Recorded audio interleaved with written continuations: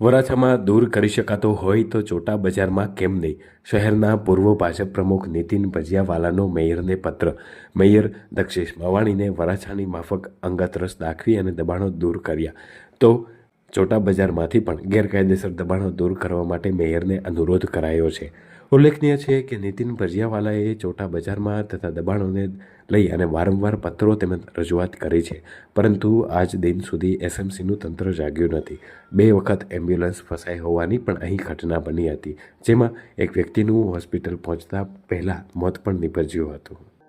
બિલકુલ દર વખતની જેમ આ વખતે પણ મેં પત્ર લખ્યો છે, કારણ કે આ વખતે જે રીતનું તંત્ર વરાછામાં આક્રમક રીતે મેયર સહિત પોલીસ કમિશનરને બધા કામગીરી માટે ઉતર્યા છે, એટલે આ વખતે થોડીક આશા એવી બંધાઈ છે કે કદાચ અહીંયા વોલ સિટી માટે પણ આટલી જ સક્રિયતા તંત્ર દાખવશે.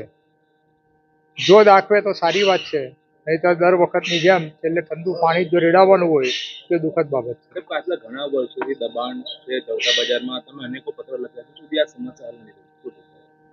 એટલે એ સમસ્યા હલ નથી થઈ એ દુઃખદ બાબત છે, અને આ સમસ્યાને કારણે અહીંયાના મૂળ નિવાસીઓએ અહીંયાથી બીજે સ્થળાંતર કરવું પડે તે પણ શરમજનક બાબત છે.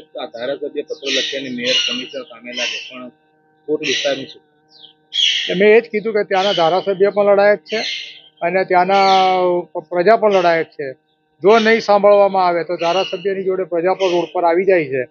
મેં આ જ પત્ર 12 ધારાસભ્યને અને 2 સાંસદ સભ્યને પણ પાઠવેલા છે કે ભાઈ મૂળ સુરતમાંથી જ આપણે બેઠા છીએ તો બધા જ ધારાસભ્યોએ અને સાંસદ સભ્યોએ આ બાબતમાં રસ દાખવવો જોઈએ. ચોટા બજારમાં રહેણાંક વિસ્તાર પણ જે હોસ્પિટલ પણ આવી છે, એમ્બ્યુલન્સ સમયસર નથી પહોંચી શકતી, ઘણી વખત બંધ થાય છે, દર્દીઓના મૃત્યુ પણ થાય છે. કેટલું ગંભીર કહેવાય?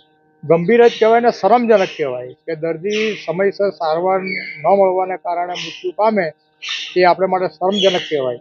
અને તે પણ ગેરકાયદેસર દબાણોને કારણે રસ્તે એમ્બ્યુલન્સ રોકાઈ જાય.